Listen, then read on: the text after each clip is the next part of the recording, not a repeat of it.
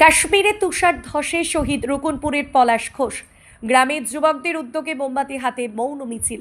কাশ্মীরে তুষার ধসে ডিউটি চলাকালীন শহীদ হলেন মুর্শিদাবাদের হরিহরপাড়া থানার রুকুনপুর বলরামপাড়ার পলাশ ঘোষ। গত 9ই অক্টোবর তার মৃত্যু সংবাদ পৌঁছায় গ্রামে।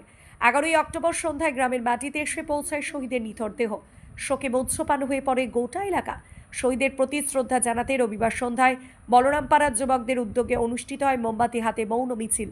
নসিপুর থেকে রুকুনপুর হাই স্কুল পর্যন্ত এই মিছিলের আয়োজন করা হয়।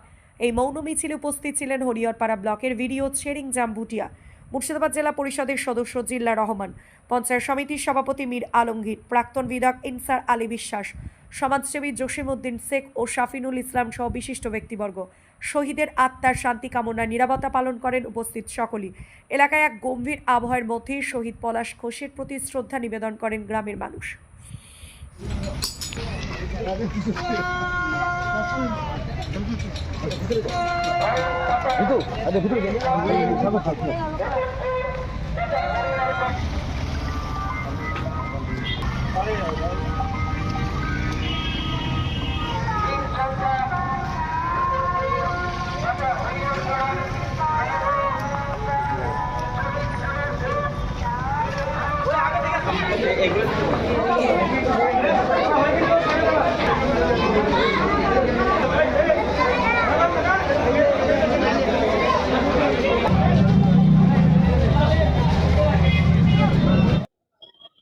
মূলত পলাশ ঘোষ আমাদের বীর সৈনিক।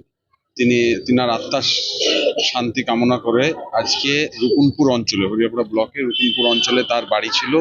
তাই এখানকার স্থানীয় ব্যক্তিবর্গরা এবং জনপ্রতিনিধি যারা ছিল, শাফিনুল বিশ্বাস, মানিক ভাই, নবাব ভাই, সবাই মিলে আমরা তাদের উদ্যোগে একটা মৌন মিছিল আজকে করলাম নসিপুর থেকে রুকুনপুর হাই স্কুল।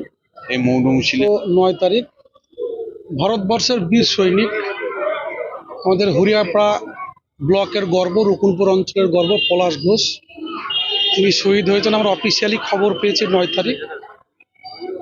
আমরা সেই দিন ছিলাম সকলে, সাধারণ মানুষ সমস্ত সকলেই ছিল। আজকে আমরা রুকুনপুর বলরামপাড়া যুবক বৃন্দের উদ্যোগে, স্পেশালি আমাদের মানিক সরকার, অনল ঘোষ, এদের উদ্যোগে একটা মৌন মিছিলের আয়োজন করেছিল। আমরা সকলে মিলে, আমাদের জেলা পরিষদের মেম্বার, পঞ্চায়েত সমিতির সভাপতি, বিডিও ম্যাডাম, আমাদের আইসি সাহেবের নেতৃত্ব ছিল, আমাদের বলরামপাড়া সহ আমাদের প্রাক্তন বিধায়ক সাহেব ছিলেন। পলাশ ঘোষ আমাদের হরিহরপাড়ার মানুষকে গর্বিত করেছে।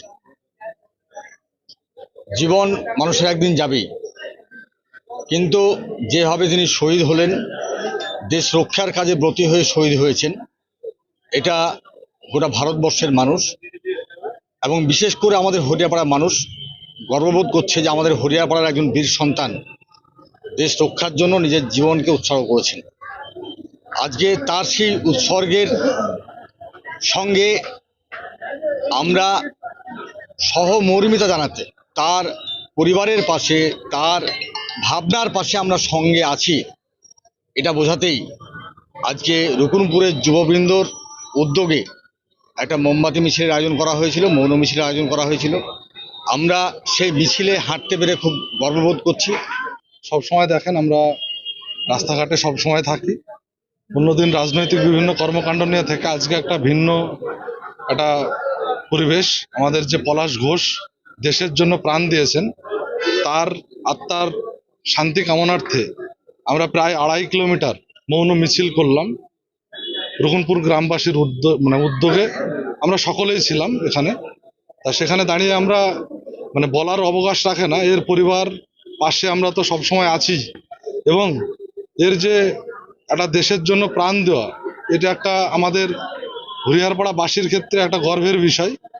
তো আপনারা জানেন, কিছুদিন আগে আমাদের বিধায়ক সাহেবের তরফ থেকে ঘোষণা দেওয়া হয়েছে যে বিধায়ক ফান্ডে থেকে রীতিমতো পলাশ ঘোষের একটা মূর্তি স্থাপন এবং একটা শহীদ বেদি এবং একটা সড়কের নামকরণ, এটা কিন্তু আমরা আমাদের হরিহরপাড়া ব্লক প্রশাসন এবং আমাদের বিধায়ক সাহেবের নেতৃত্বে আমরা সিদ্ধান্ত নিয়েছি। বিধায়ক সাহেব তার ফান্ড থেকে রীতিমতো এই ঘোষণাটা দিয়েছেন। এবং আজকেও আপনারা জানেন যে চন্দ্রদ্বীপের একটা বড় মেলা হয়, সেই প্রোগ্রামে আজকেও আমরা প্রস্তাব রেখেছি যে বাৎসরিক যে মেলা, সেই মেলার মঞ্চে পলাশ ঘোষের জন্য একটা জায়গা, যেন পলাশ ঘোষের সম্বন্ধে আধ ঘন্টা বা 1 ঘন্টা যে ওইরকম একটা থানার মাঠে যে বড় প্রোগ্রাম চন্দ্রদ্বীপের, সেই চন্দ্রদ্বীপ প্রোগ্রামে ভরা মঞ্চে পলাশ ঘোষের জন্য আমরা স্থান চেয়েছি এবং সেখানে সকলেই আইসি সাহেব থেকে ডিএসপি সাহেব থেকে সকলের এবং আমাদের বিধায়ক সাহেব ছিলেন, পঞ্চায়েত সমিতির সভাপতি, জেলা পরিষদের সদস্য সকলেই সম্মতি দিয়েছেন।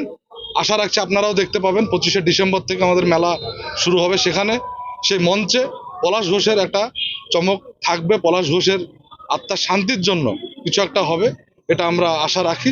এবং আজকের প্রোগ্রাম খুব সুন্দর, গ্রামবাসীর যে সাড়া, গ্রামবাসীর যে মানে মর্মাহত, সেটা আজকে মিছিলে বোঝা গেল।